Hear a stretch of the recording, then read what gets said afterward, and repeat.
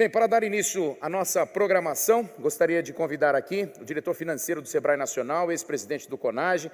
A palestra é 20 anos de liderança do cartório à posteridade. Senhoras e senhores, vamos receber Eduardo Diogo. Ele é diretor de administração e finanças do Sebrae Nacional, advogado e mestre em liderança pela Universidade de Georgetown, nos Estados Unidos, autor dos livros Muda Brasil e It Was About Hope. Eduardo também foi consultor do Banco Mundial em Washington, D.C., secretário de Planejamento e Gestão Estadual, presidente do CONSAD e da CONAGE, além de ter estudado em instituições como Wharton School, a University of Pennsylvania, London School of Economics and Political Science e a International Institute for Management Development. Então, senhoras e senhores, Eduardo Diogo, por favor, o palco é seu.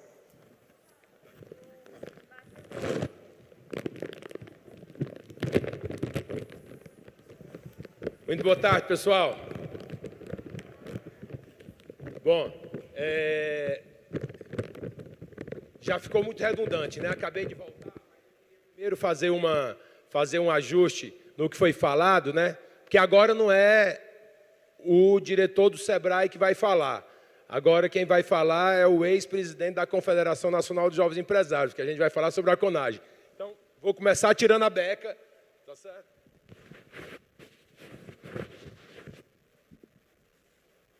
Obrigado, Charlie. Começar tirando a beca, para a gente poder ter um papo aqui. Marcelo me deu 22 minutos, seremos absolutamente firmes nos 22 minutos. Eu queria, pessoal, começar perguntando para vocês se vocês sabem o que é que significa esse gesto. Todo mundo é familiarizado com esse gesto? Alguém sabe o que é que significa? Quem souber pode dizer, por gentileza. Oi? Não entendo, não estou conseguindo escutar, não. Tirar o chapéu? Bom, não, esse gesto significa quando a gente está plenamente presente. Significa nós estarmos presentes com os nossos sentimentos, com as nossas palavras e com os nossos pensamentos. Por que o sentimento começa aqui? Porque aqui é onde nasce a vida. Cordão umbilical, onde está presente os nossos sentimentos. Obviamente, e ele significa também a paz está convosco. Obviamente, cada vez tem sido mais difícil para todos nós estarmos presentes na plenitude, né? Principalmente depois que o pessoal deu uma adaptada aí na pirâmide do nosso querido Abraham Maslow, com a sua teoria da motivação humana, em 1954, quando ele desenvolveu a teoria da motivação humana, que ele didaticamente colocou ali na sua pirâmide, fisiologia, o amor, né, ali toda essa necessidade que a gente tem de realização.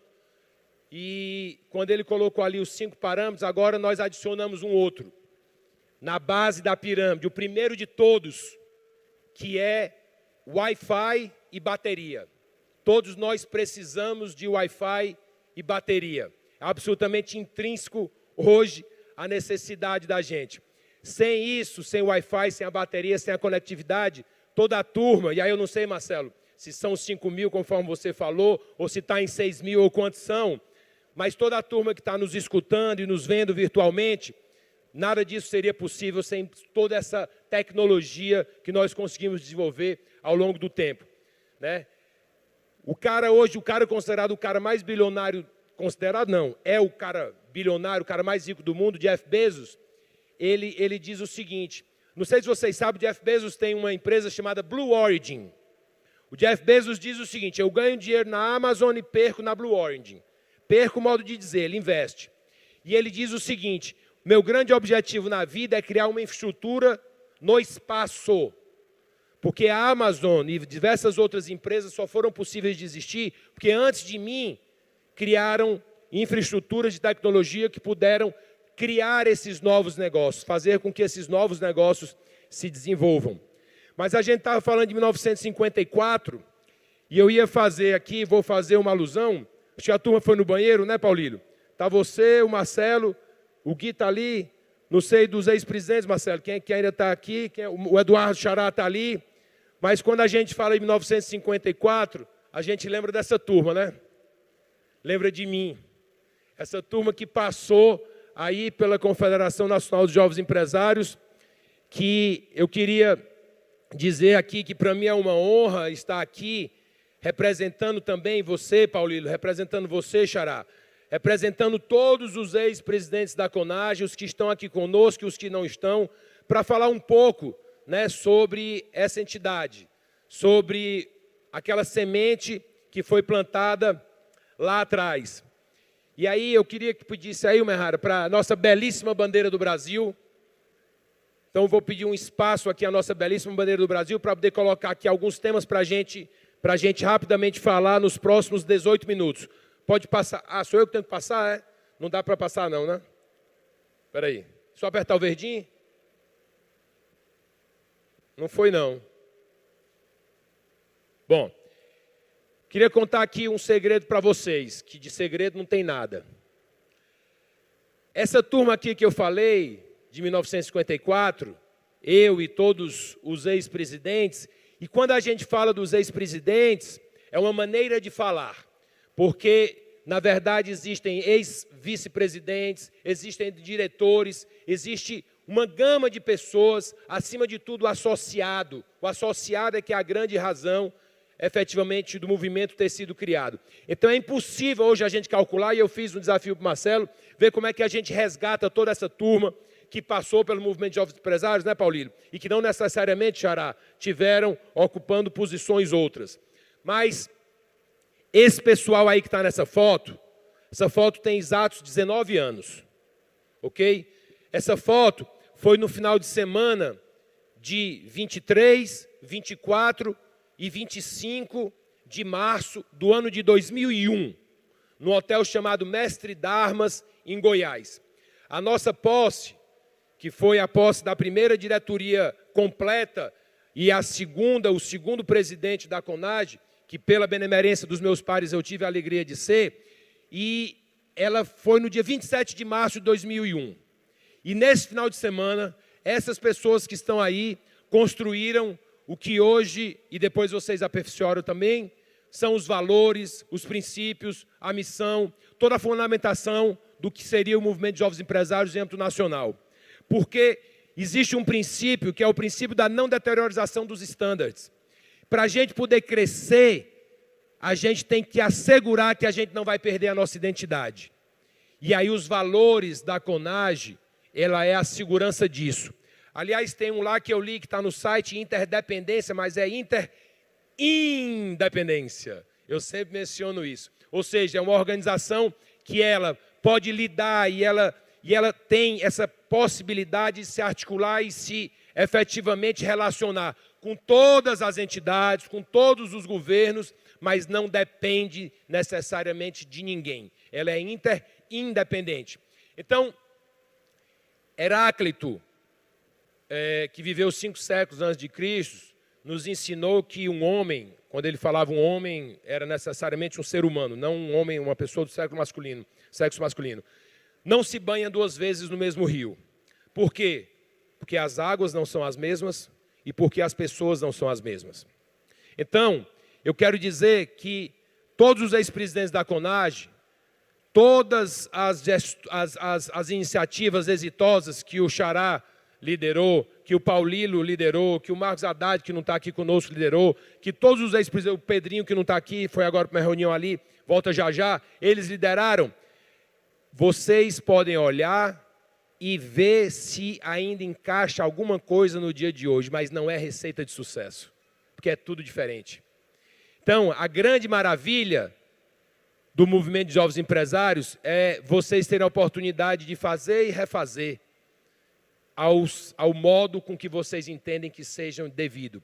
Então, utilizem bastante esse predicado e essa possibilidade de errar bastante aqui no movimento de jovens empresários. Experimentem tudo, inovem. Como dizia Einstein, a imaginação que rima com inovação é infinitamente mais importante do que o conhecimento. Porque o conhecimento, por maior que ele seja, ele sempre é limitado. E a imaginação não é. Ela é ilimitada. Então, feita essa introdução, não sei se eu acertei, é o de cima, né? É. Então, eu falei um pouco de tudo, de como ali aquele cenário onde as coisas começaram na CONAGE, que obviamente começou antes no Fórum Nacional de Jovens Lideranças Empresariais, que tinha um único produto, que era o Congresso Nacional de Jovens Lideranças Empresariais, que hoje está na 26ª edição. E aí os movimentos foram identificando a necessidade de criar personalidade jurídica, porque a gente precisava obter recursos para se desenvolver, mas ninguém tinha personalidade jurídica própria. Foram anos de discussão, até quando em abril, ali do ano de 1999, foi decidido que se iria criar uma confederação de empresários com federações, com associações ligadas a ela. Mas tudo começou por uma indignação, com uma inquietação, porque as pessoas, nós na época, nós não estávamos satisfeitos com uma série de coisas. E aí a gente queria atuar em duas grandes frentes. E isso de modo, eu acho que natural, foi se construindo, né? Uma grande frente que fosse uma atitude cívica. Eu estou falando aí atitude cívica para poder não usar o nosso termo, que é o termo do empreendedor, que é um termo maravilhoso e que nos estimula a todos nós, mas ali na atitude cívica eu quero dizer o seguinte: qualquer pessoa que atua na iniciativa privada, empreendendo, essa pessoa está sim ali, tendo uma atitude cívica, porque ela contribui para com o nosso país. Ela gera emprego, gera renda, se possível agregar valor à sociedade, como algumas empresas também o fazem, melhor ainda.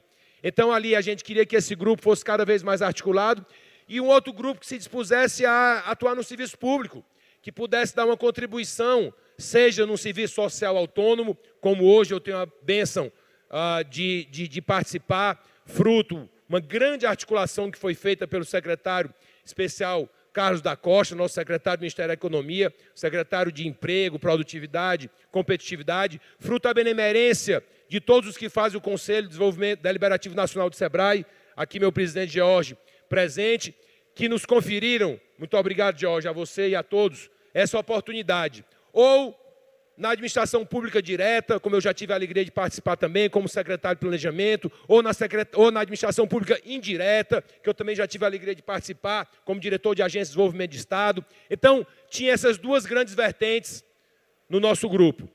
E, basicamente, é o que a gente hoje ainda vê presente. A gente precisa e tem a necessidade de aumentar essa teia de pessoas que se conhecem, que estão dispostas a dar uma contribuiçãozinha para além do umbigo no Brasil inteiro. E aí, quando elas se encontram em posições outras, que não nos pertencem, apenas a gente estar como, a gente não é, e graças a Deus a língua portuguesa diferencia o ser e o estar, certo? A gente pudesse ter uma relação muito maior, muito mais simples, muito mais sincera, muito mais interessada em prol da gente entregar cada vez mais para o nosso público-alvo.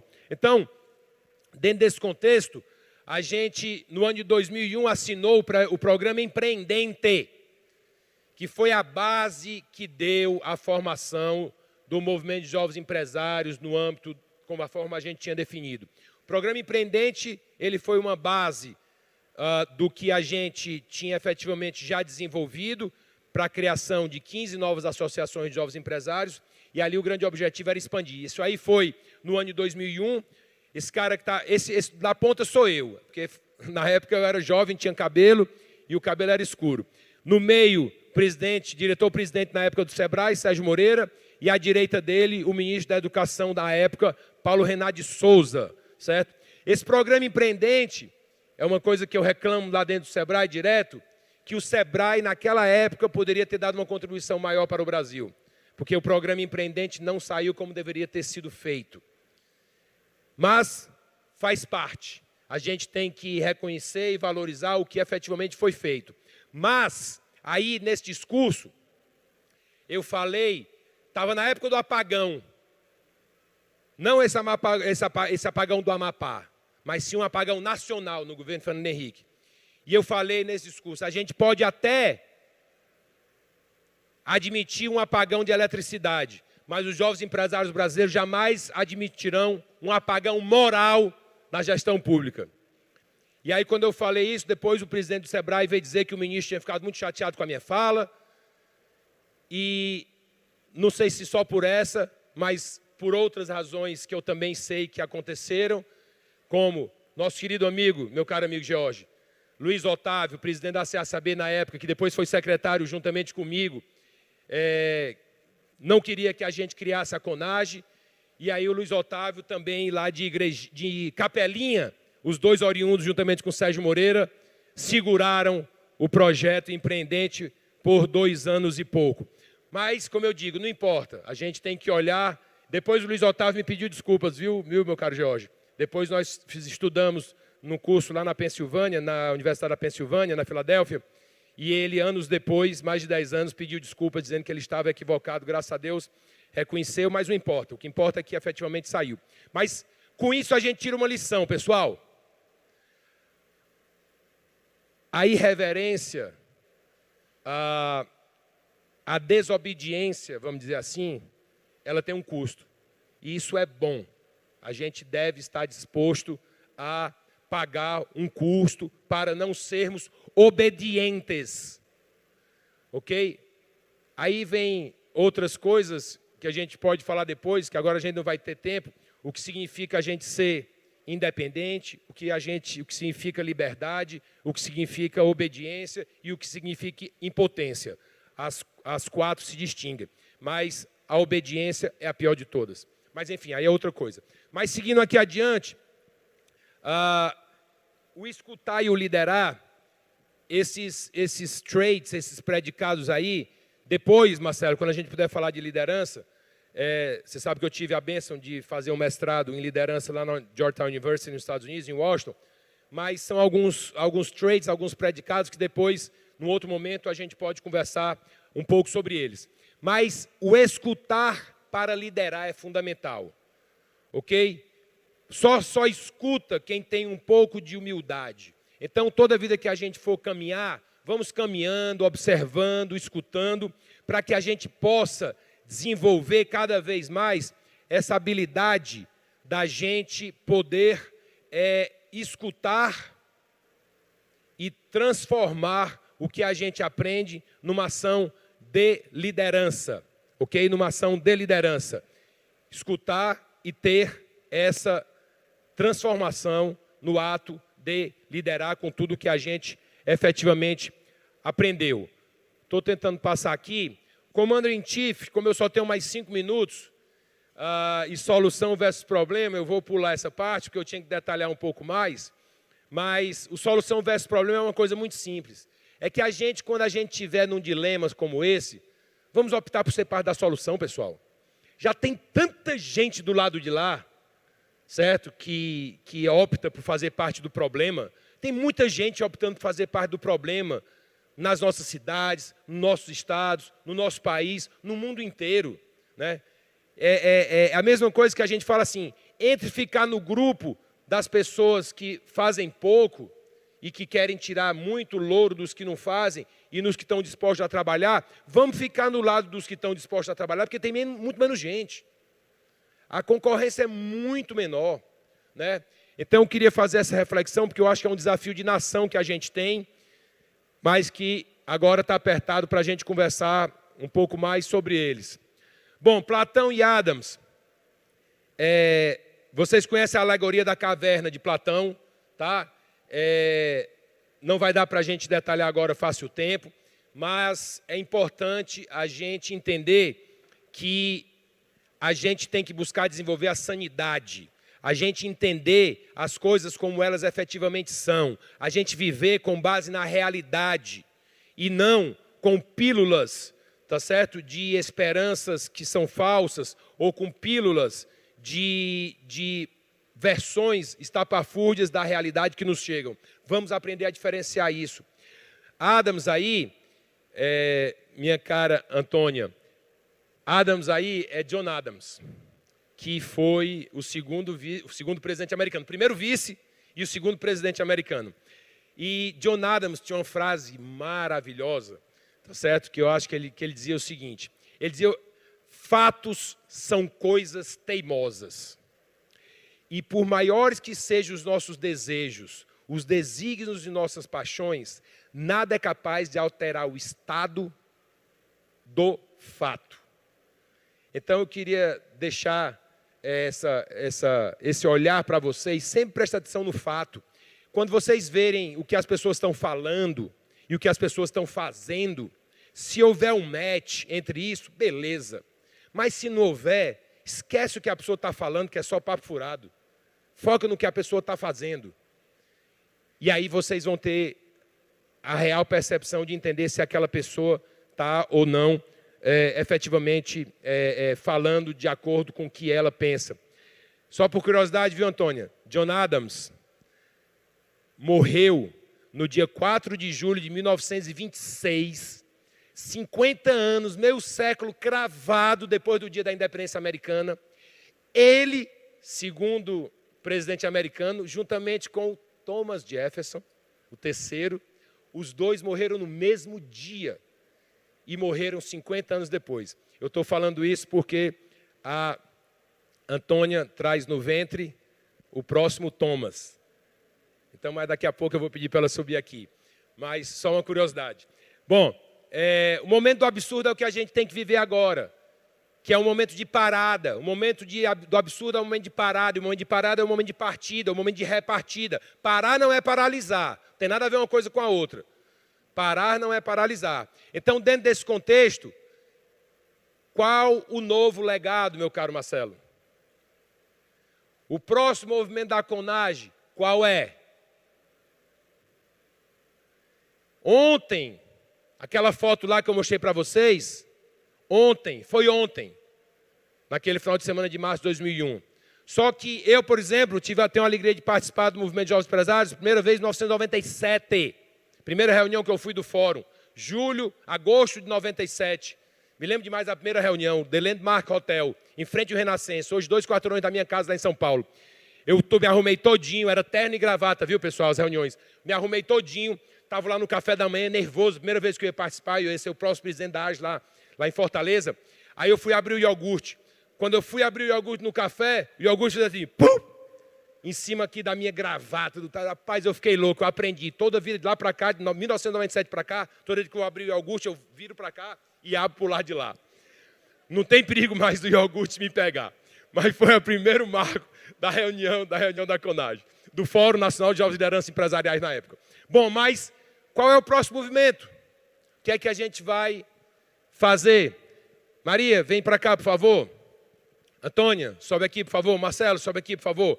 Queria que o Paulilo, queria que o Eduardo, se tivesse algum outro ex-presidente, por favor, subisse aqui com a gente. Olha, esse é o momento que vocês, Maria, você vai liderar aí esse grupo. Aqui, essa turma de 1954, vem para cá. Gui, vem para cá. Essa turma de 1954 aqui, ó, tá do lado de cá. Gui, aliás, parabéns pela máscara. Você fica bem melhor de máscara do que no vídeo sem a máscara. Boa. Mas, pessoal, o que é que vai ser o nosso próximo legado? Qual vai ser? Ó, a sua filhinha, a Clara, estava ali sentada. O Thomas, ó, está aqui na barriga da Antônia. Maria, você vai nos liderar nós todos. Correto, Marcelo? Correto, Gui?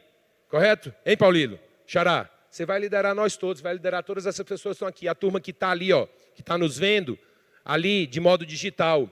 A gente tem muita esperança nesse movimento de jovens empresários. Muita esperança. A gente quer muito que a gente ocupe um espaço maior no Brasil. A gente quer muito que essa próxima geração possa fazer mais do que o que nós fizemos. Porque efetivamente nós temos um desafio de nação que nós poderíamos ter feito melhor.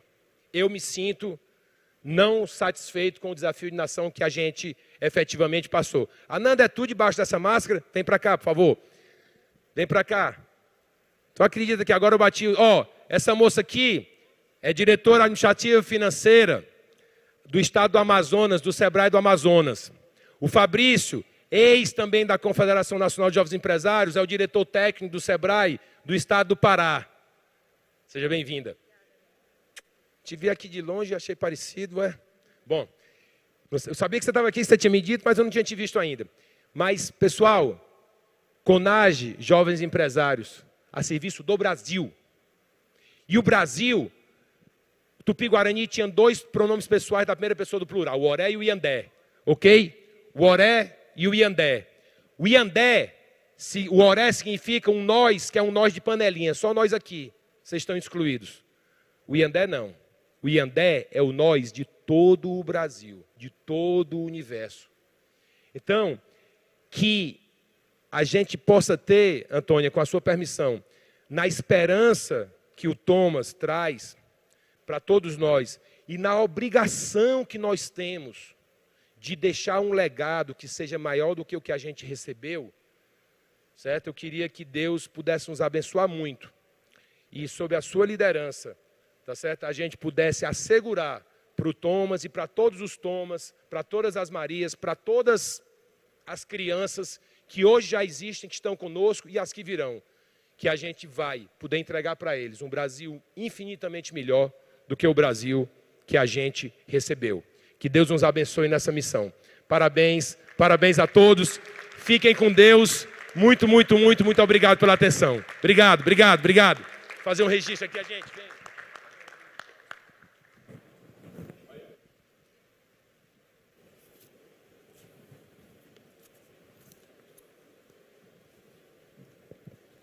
Obrigado a todos. Não é à toa que a Maria é Maria do Brasil. Não, Antônio. Muito obrigado, Eduardo Diogo, diretor financeiro do Sebrae Nacional, pela sua colaboração neste nosso 26º CONAGE, Congresso Nacional de Jovens Empreendedores.